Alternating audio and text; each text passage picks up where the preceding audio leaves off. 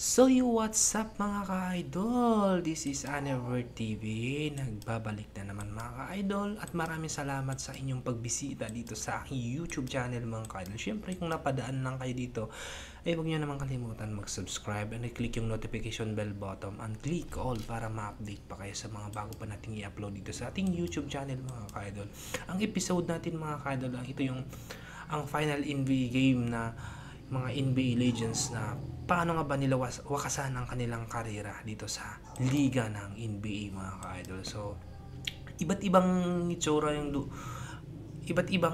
ng kanilang karera sa pagdating sa dulo at meron ding nagre-retiro na binigyan ng seremonya at meron ding pagkatapos ng kanilang karera ay dahilan sa kanilang injury na kumupas talaga. So, sa NBA mga ka-idol, kung tad ka ng injury, ay talagang malas yung karera mo. So, meron namang nakakabangon pero bihira lang mga ka-idol gaya kay Derrick Rose mga ka-idol. So, gawin natin ng example si Derrick Rose. So, kung si Derrick Rose ay what if na hindi siya kinakain ng injury? So, yun mga ka-idol, kumbaga marami pa sana siyang mapatunayan. So, sa video natin ngayon, ang ating tutungayan kung paano wakasan ng kanilang karera dito sa NBA mga ka-idol. So, para lalo pang maintindihan yung video mga ka-idol, samahan nyo kung panoorin ng video na ito ay nagaling kay Chad TV. So, subscribe natin si Chad TV. So, humanap na ng pwesto para panoorin natin yung video natin. So, let's go! Iba't iba ang itsura ng dulo ng karera ng NBA Legends. Merong nagretiro na binigyan ng seremonya, meron ding nagtapos dahil sa injury at merong kumupas na lang talaga. Pero magkakaiba man ang exit nila sa NBA, hindi natin maitatangging nag-iwan sila ng malaking marka bilang basketballista. Kaya sariwain natin ang huling official game ng 4 na NBA Legends na tumatak sa iba't ibang henerasyon ng basketball fans. Umpisahan natin kay Michael Jordan. Madalas isang beses lang magretiro ang isang basketball player. Pero ibahin nyo si MJ dahil 3 beses niyang inanunsyo na tapos na ang karera niya sa NBA. Una nung 1993 matapos ang kanyang pangatlong kampyonato. Pangalawa nung 1998 after The Last Dance na hindi rin naman nagtagal dahil hinanap-hanap ng sistema niya ang basketball. Kaya bumalik siya noong 2001 at marami siyang ginulat sa comeback niyang ito. Dahil lipas man sa kanyang prime, he was still better sa majority ng NBA players noon, averaging 20 points per game sa huling 2 taon niya sa Wizards. Edad na nga lang ang naging pinakamalaking kalaban niya. Dahil pagtungtong niya ng 40 anyos, ayun na ang oras para magretiro talaga. At hindi tulad ng naunang 2 anunsyo, totoo na ang retirement na ito. Kaya come April 16, 2003, dahil laglag na sa playoff contention ng Wizards, ang larong ito ni Jordan kontra Allen Iverson at 76ers ang huli niyang pagkakataong magpakitang gilas sa entablado ng NBA. Dinumog ang larong yun ng media, celebrities at iba pang NBA legends. Kaya the stage was set para sa makasaysayang pagtatapos ng karera ng basketball GOAT noon.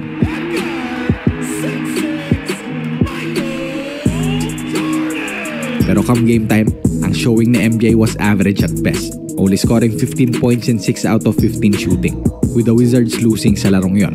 Hindi ito ang inaasahang performance kay MJ noon. Malayong malayo sa pinakita ni Black Mamba sa huling NBA game niya. Ang huling performance kasi ni Kobe Bryant ang pinaka-impressive na exit na nasaksihan natin sa NBA. Bakit? Eto, sa dulo ng 2015-2016 season, inanunsyo ni Kobe ang kanyang retirement sa basketball. Even publishing a poem na may pamagat na Dear Basketball kung saan inilathala niya ang pagmamahal niya sa sports at ang plano niyang pagre-retiro sa taong yon. Kaya sa season na ito, sandamakmak na farewell tour sa selebrasyon ng sumalubong kay Black Mamba. Fans, iba't ibang personalities at syempre mga haligi ng basketball came together para ipagdiwang ang nalalabing oras ni Kobe sa NBA. At kahit na apparent na ang pagbaba ng produksyon niya sa season na ito, hindi na natin yun napansin. Ang importante nandun ang presensya niya, enjoying his last moments as an NBA player. Kaya nangamote man ng Lakers noon with a 17-65 record and Kobe just averaging 16 points a game in 35% shooting, full support pa rin ng fans sa kanya. Kahit na mismo ang teammate niyang si Shaquille O'Neal, pinaramdam ang pagmamahal niya kay Kobe. Biniro pa nga kasi ni Shaq si Black Mamba na dapat sa huling game niya sa NBA, 50 points ang ma-score niya. Tumawa lang si Kobe at sinabing hindi mangyayari yon. Until April 13, 2016 against Utah Jazz, nangyari ang akala nilang imposible. With a full house sa home court ng Lakers, family, friends, celebrities at fans, pinakita ni Bryant bakit siya ang one of the best of all time. Matapos magmintis sa unang 5 attempts niya, biglang nag-switch to prime Black Mamba si Kobe.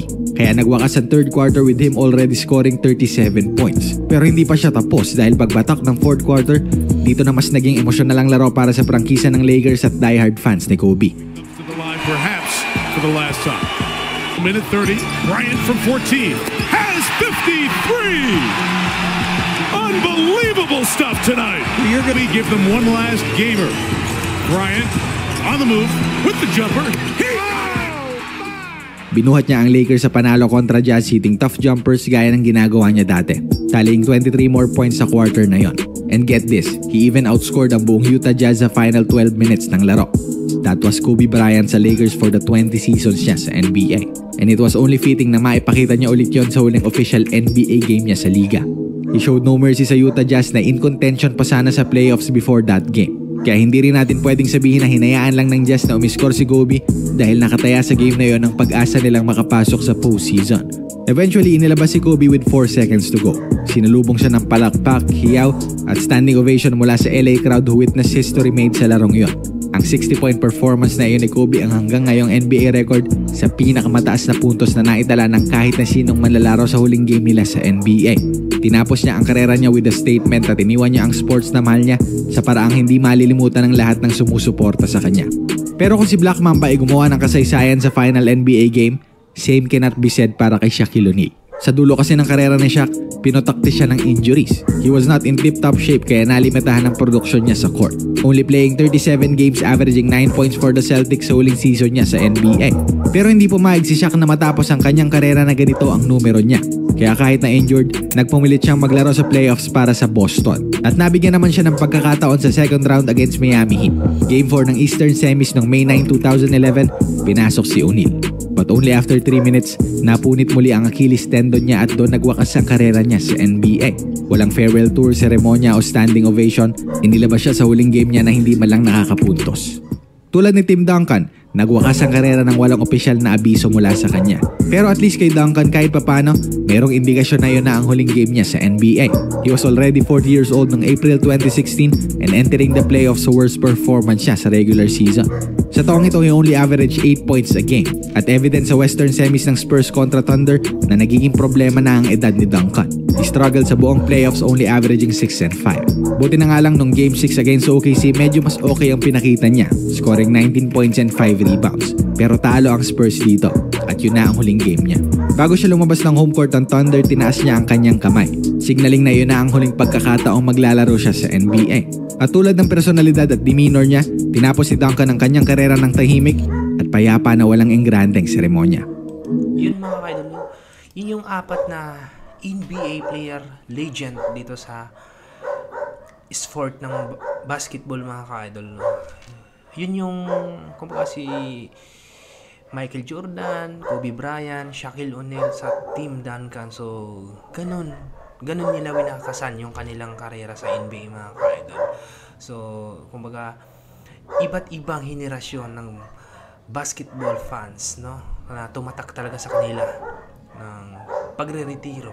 So, sana nagustuhan niyo yung video natin mga ka-idol no? So, maraming salamat sa inyong pagpanood at mag-iwan ng like. At syempre, sa hindi pa po nakapag-subscribe, mag-subscribe na din po. So, maraming salamat.